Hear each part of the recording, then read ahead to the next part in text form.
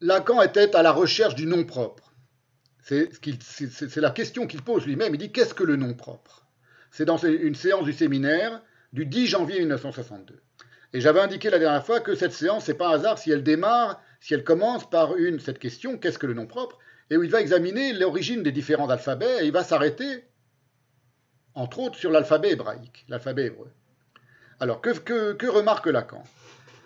Il commence par remarquer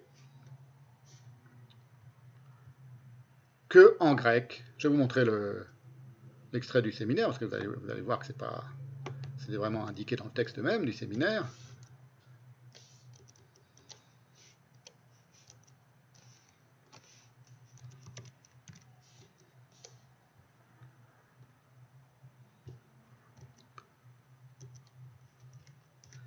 Voilà, Lacan commence par remarquer, je vous l'avais indiqué tout à l'heure, mais c'est intéressant, que les lettres en grec sont des noms, c'est vrai, alpha, bêta, gamma, c'est le nom de chacune des lettres, mais que ces noms, dit-il, n'ont aucun sens dans la langue grecque où ils se formulent.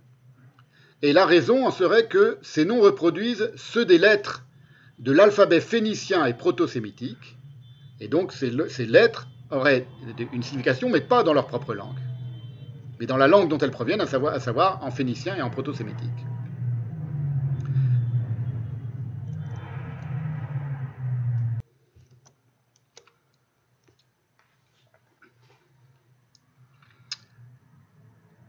Les lettres, continue Lacan, seraient ainsi à l'origine des symboles reproduisant des êtres et des objets divers. Alors, il donne l'exemple, qui est un exemple assez connu, assez célèbre, du Aleph, que je vais vous montrer, de la première lettre de l'alphabet hébraïque. Et vous allez voir que sur l'exemple, on comprend très bien. Voyez, le Aleph, par exemple, correspondrait à une tête de bœuf, avec les cornes, vous voyez, sur le sommet, que l'on retrouverait même dans notre lettre A, majuscule, c'est-à-dire une tête de bœuf à l'envers, qui reproduirait une tête de bœuf à l'envers. Là, vous voyez, dans ce diagramme qui n'est pas dans le texte, qui n'est pas dans le séminaire de Lacan, mais que j'ai trouvé ailleurs, on voit bien le rapport entre le Aleph et la tête de bœuf. Donc, au départ, ce seraient des symboles reproduisant des objets divers. Et Lacan montre que si on prend cette considération-là, on tombe sur un problème, sur une énigme, qui apparaît avec la troisième lettre de l'alphabet hébraïque, qui est le guimel. Guimel qui veut dire, dont on a dit que c'était aussi le nom gamal du chameau, aussi bien en hébreu qu'en arabe. Et voilà maintenant la forme du guimel. Vous voyez, il faut partir de la gauche. Là, bon, c'est fait dans l'ordre de l'alphabet latin. Donc, alors certaines personnes ont exprimé que ça pouvait représenter le cou d'un chameau et la tête d'un chameau avec le long cou du chameau. Vous voyez, Guimel, c'est son nom. Et à gauche, c'est sa graphie en hébreu. Voilà. Et le problème, c'est un problème qu'explique Lacan, qui est un problème d'anachronisme. Au sens où si le guimel, la lettre guimel, troisième lettre de l'alphabet, est associée au gamal en arabe, et en hébreu aussi, qui désigne le chameau, la lettre étant apparue au second millénaire avant l'ère chrétienne, elle précède l'apparition au Proche-Orient de l'animal, qui est symbolisé dans l'usage culturel du portage. C'est-à-dire que la lettre qui signifierait le chameau, elle apparaît deux millénaires avant, enfin plusieurs siècles en tout cas, avant l'apparition du chameau lui-même. En tout cas, l'usage du chameau comme animal culturel servant à porter des charges. Alors ça pose problème à Lacan et il n'a pas la réponse. Je vous mets une autre représentation qui montre que c'est valable pour à peu près toutes les lettres de l'alphabet. Je l'ai dit tout à l'heure en introduction, mais je n'avais pas montré cette charte, donc je vous la montre maintenant. Et elle permet de voir que c'est quelque chose d'assez commun, d'assez généralisé, c'est-à-dire que chaque lettre, je ne sais pas si on voit bien sur l'écran, je pense que oui, chaque lettre a une... Pardon. Chaque lettre a une représentation particulière, un son, un chiffre qui lui correspond. Ça, c'est pour l'ensemble des lettres de l'alphabet hébraïque. Bon, c'est des choses que j'explique depuis tout à l'heure, donc c'était juste pour vous montrer qu'il y a eu des... Ce sont des informations traditionnelles que l'on connaît bien, donc c'est pas quelque chose de très nouveau. Ce que Lacan ignore, c'est que le mot chameau lui-même, en hébreu, comme dans toutes les langues où il apparaît d'ailleurs, c'est-à-dire non seulement dans le phénicien sémitique, mais en grec, en latin, et même en égyptien et en sanskrit, on a trouvé un mot qui ressemblait au mot chameau, au mot gamal, c'est en réalité une métonymie qui est liée à la fonction de porter, et non pas une figuration de l'animal. Donc ce n'est pas l'animal qui est en cause, c'est le fait de porter, qui ensuite a été associé à l'animal. Mais au départ, le fait de porter précède l'apparition de l'animal. C'est ce que montre le terme parent de gamal, en arabe, qui signifie, comme l'indique Gesenius, porter justement.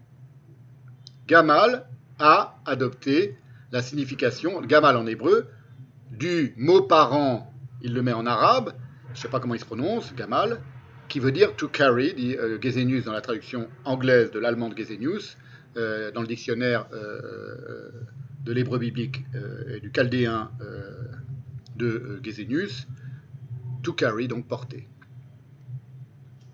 Et il y a une autre interprétation du mot gamal en hébreu, où le premier sens de ce mot signifie donner, faire, mais dans un sens abstrait, c'est-à-dire dans l'idée de faire le bien ou le mal, et de là, du coup, de rendre le bien ou le mal. Toujours le même mot. Donc là, on n'est plus dans l'animal, on est dans une idée abstraite. Rendre le bien ou le mal. To repay, indique le Gesenius. To repay en anglais. Rendre le bien pour le bien, ou le bien pour le mal, ou le mal pour le mal, ou le mal pour le bien. Et c'est ce sens originel qui aurait été conféré à l'animal chameau. En ce que c'est un animal, on dit en grec mnésikakos, c'est-à-dire un animal rancunier. C'est traditionnellement comme ça qu'il est qualifié, c'est-à-dire il garde rancune et il rend ce qu'on lui a donné. Il rend le mal qu'on lui a fait. Il est rancunier. Mnésikakos en grec.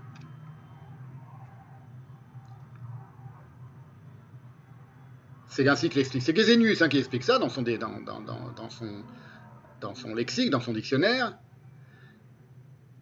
Les mots sous la forme kramela, kramelaka, gamel, etc., viennent de l'hébreu gamal, qui signifie rendre, to repay, parce que le chameau est un animal mnésikakos, rancunier.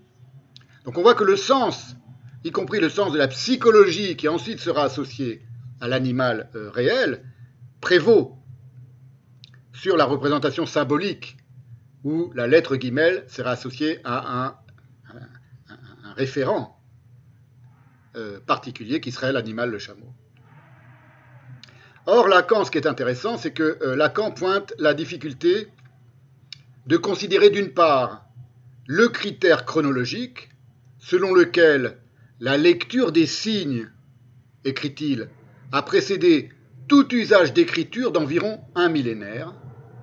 Ça, c'est une première chose. Et d'autre part, l'idée à laquelle lui, il tient, que ce qu'il appelle l'attache du langage au réel n'est pas discursive ni chronologique. Donc il y a une contradiction. Il y a une contradiction entre le fait que la lecture aurait précédé tout usage d'écriture, écriture au sens d'écrire un texte structuré,